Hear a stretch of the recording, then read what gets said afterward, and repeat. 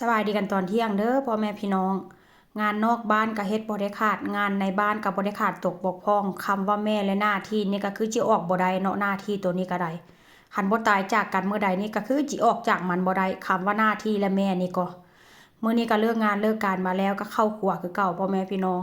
เข้าครัวเฮ็ดผัดปลาหมกปลาหมึกใส่ซีอิ๊วขาวแล้วก็โรยหน้าด้วยผักชีแล้วก็มีไข่ต้ม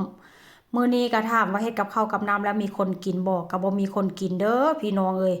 แล้วอันนี้ก็เป็นปลาหมึกเนาะซื้อมาเมื่อวานนี้ค่อยกลับมาล้างเอาไส้เอาขี้ออกแล้วก็จีเตรียมเข้าตู้แช่แข็งเอาไว้กินหลายมื้อว่าซั่นจ้ะมื้อนี้อุตส่าห์เฮ็ดกับข้าวกับน้ำพี่น้องเอ้ยลูกชายโทรมาบอกว่าแม่เอ้ยเจ้ากินข้าวแล้วเด้อค่อยไปกินข้าวบ้านย่าว่าซั่นอุตส่าห์เฮ็ดกับข้าวกับน้ำจิโทรมาบอกก่อนหน้านี้ก็บ่ได้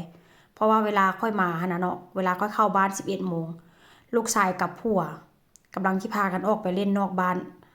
อันนี้ก็เป็นซุปเห็ดเด้อพ่อแม่พี่น้องซุปเห็ดใส่ผักโหมแล้วก็ใส่เห็ดเข็มทองอันนี้ค่อยก็จิกินว่าเซนซาค่อยอุตส่าห์ใส่บักเผ็ดบักพายใส่ข้าวข้าวครัวเรียบร้อยมื้อนี้ค่อนข้างจะแซ่บแดนเนาะ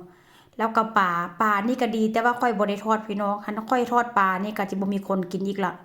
แล้วก็หุงข้าวนี่ก็หุงเป็นหม้อๆเลยได้เพราะว่าอันค่อยไปเฮ็ดงานเฮ็ดการเนาะค่อยก็สิหุงแล้วก็สิเอาใส่กล่องใส่ตู้เย็นไว้ว่าเซ็นซะ ดีแต่ว่ามื้อนี้บ่ทันได้ฮอดปลาเนาะถ้าหากว่าฮอดปลานี่ก็คือสิแบบว่า